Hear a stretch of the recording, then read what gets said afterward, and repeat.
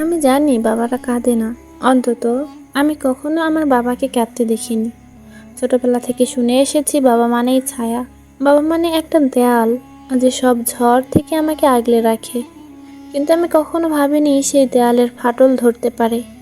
আমার বিয়ের দিন, বাড়ি ছেড়ে পালিয়ে যাওয়ার দিন, আমি দেখিনি বাবার চোখে পানি এসেছিল কিনা। আমি পালিয়ে গেছিলাম, খুব সোজা কথা, ভালোবেসে, পরিবারের অসম্মতিতে, জেদের বশে, হয়তো সব মিলিয়েই। সেই রাতে আমি বাবার মুখের দিকে তাকাইনি, শুধু মায়ের কান্না শুনে ছুটে বেরিয়ে গিয়েছিলাম। ভেবেছিলাম সময়ের সাথে সব ঠিক হয়ে যাবে, কিন্তু সময় সব ঠিক করেনি। বাবা আর কোনোদিন আমাকে ফোন করেনি। আমি চেষ্টা করেছিলাম শুরুতে কয়েকবার, মা মাঝে মাঝে কথা বলতো, কাঁদতো, অভিমান করতো, আর বাবা তার নীরবতা আমার বুকের ভেতর একটা শূন্যতা রেখে গিয়েছিল, ফেলে গিয়েছিল অনেক বড় একটা ফাঁকা জায়গা। বছর 5 কেটে গেল, বিয়ে, সংসার, দায়িত্ব সব কিছুতেই নিজেকে গুছিয়ে নিয়েছিলাম। তবুও বাবার কথা মাথা থেকে কখনো দূরে সরেনি। হঠাৎ একদিন খবর এলো বাবা আর নেই। আমি ঠিক জানি না সেই মুহূর্তে আমার অনুভূতি কেমন ছিল। শ্বাস নিতে কষ্ট হচ্ছিল, মাথা ঝিমঝিম করছিল। আমি চুপ করেছিলাম। স্বামী পাশে বসেছিল, তার চোখেও অসহায়ত্ব। আমি কিছুই বলিনি, শুধু একটাই কথা মনে হচ্ছিল, বাবা চলে গেলেন, আর কখনো ফিরবেন না। বাবার শেষকৃত্যের দিন বাড়িতে গিয়ে দেখলাম সব কিছু যেন পাল্টে গেছে। সেই পরিচিত উঠোন, আমবাগান, বারান্দার কাঠের চেয়ারে বাবার বসার জায়গা, সব কিছুই ফাঁকা, অথচ সব কিছুই একই রকম। মা শুকিয়ে কাঠ, কেমন নিস্তব্ধ হয়ে গেছেন। সেদিন সন্ধ্যায় আমার ছোট ভাই আমাকে বাবার ঘরে নিয়ে গেল।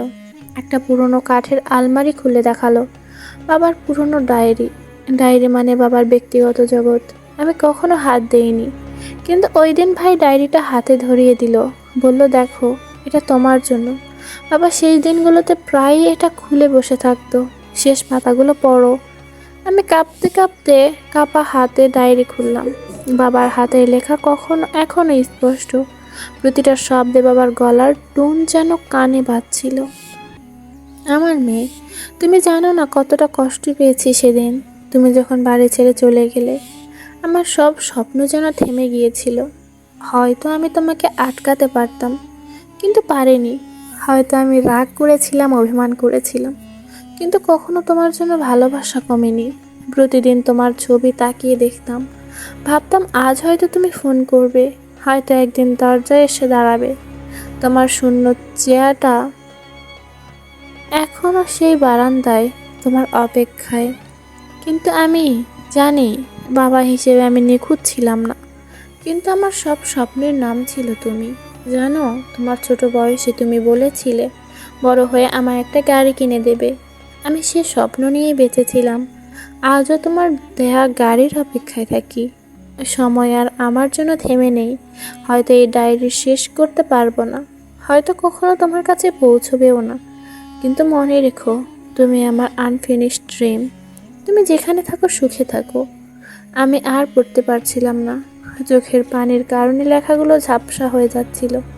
মনে হচ্ছিল বুকের মধ্যে এক পাহাড় চাপা পড়েছে। বাবা আমাকে কখনো বলেনি তার স্বপ্ন আমি। আমি তো ভেবেছিলাম বাবার কঠোরতা মানে ভালোবাসার অভাব। আমি ভুল বুঝেছিলাম। আমি যতবার তার চোখে তাকিয়েছি, ততবারই সে চোখে শুধু দায়িত্ব দেখেছি। আমি বুঝতে পারছি সে চোখের ভেতর লুকানো ছিল অগোছালো ভালোবাসা, যা শব্দে প্রকাশ করা যায়নি। সেই রাতে বাবার ঘরে থেকে গিয়েছিলাম, ডায়েরিটা বুকের নিচে রেখে ঘুমানোর চেষ্টা করেছিলাম। মনে হচ্ছিল বাবা যেন পাশে বসে আমার মাথায় হাত রেখে বলছে, আমি তো তোমার অপেক্ষাতেই ছিলাম মা। বাবার সব স্বপ্ন শেষ হয়ে গেল, কিন্তু আমি এখনও তো অসমাপ্তই থেকে গেলাম। বাবার স্বপ্নের অংশ হয়েও পূর্ণ করতে পারিনি কিছুই। শুধু একটা কথাই বারবার মনে হচ্ছিল, বাবা, তুমি আমার জন্য অপেক্ষা করেছো, আর আমি তো নিজেকে নিয়েই ব্যস্ত ছিলাম। সকালে যখন শহরে ফেরার জন্য প্রস্তুতি নিচ্ছিলাম, মায়ের হাতে ডায়েরিটা দিয়ে বললাম, মা, এটা তোমার কাছেই থাক। আমি তো আর সেই মেয়ে নই যে পালিয়ে যায়। আমি আবার আসব।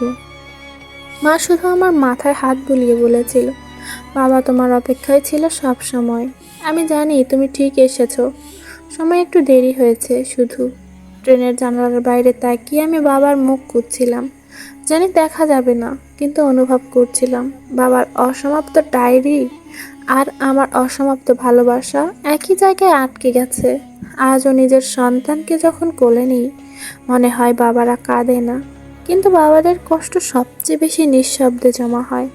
আমি আমার বাবার সেই কষ্ট কখনো বুঝতে পারিনি। আমার বাবা, আমার আনফিনিশড ড্রিম।